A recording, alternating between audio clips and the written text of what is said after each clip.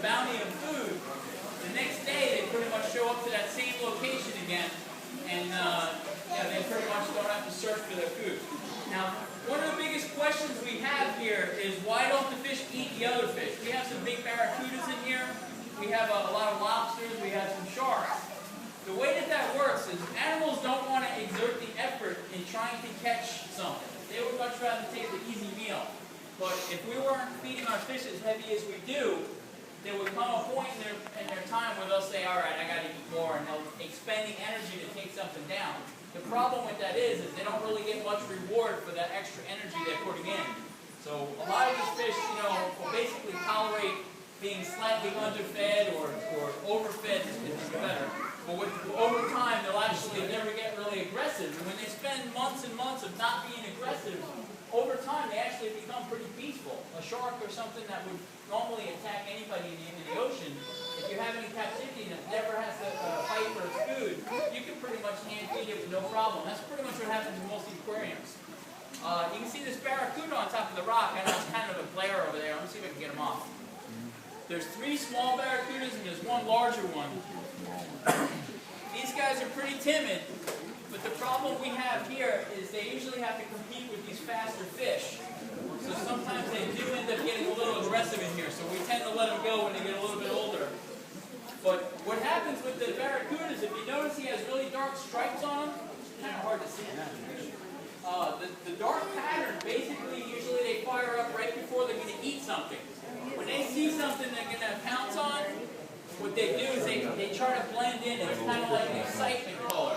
We also have 3 nurse sharks in here, and probably the highlight of our tank in here is Butter.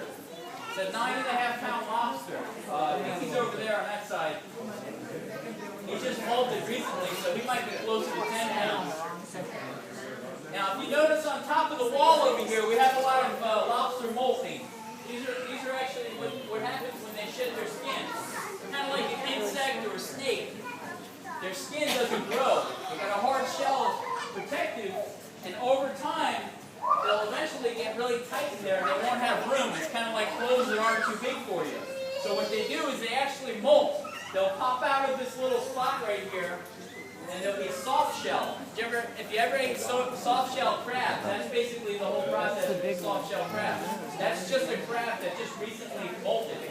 What happens is once they molt, they swell up with as much water as they possibly can hold, so they get much bigger than the original shell.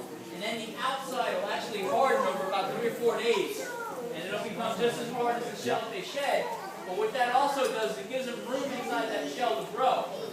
So if you ever ate a lobster and you open up the shell and you see there's a lot of space in there and you think, oh, they weren't feeding their lobsters, all that really means is the lobster just molted.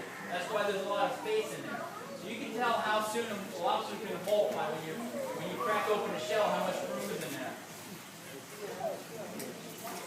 A couple of these other fish that we have in here, mostly we have grunts, we have some balloon fish, we have some red guys that are squirrel fish. If you notice on the squirrel fish, they have really big eyes. And the reason for that is they're nocturnal. It allows them to be able to see at night. Most of these other fish are fish that you'd see in the daytime. We also have a black spotted eel in here who's just starting to poke his head out of the rock here. I don't know if you guys can see that. I just got in yesterday a big black spotted eel. We just put it in there, but he's hiding. I don't know if you'll be able to find him too easily. I just put him in there about a half hour ago. Does anybody have any questions about the nearshore reef?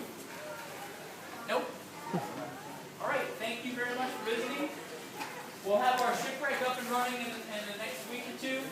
Right now it's going to be drained for a couple of days, but we are starting to add corals and stuff to the reef very soon, so that should start to come across pretty good soon. Alright, thank you.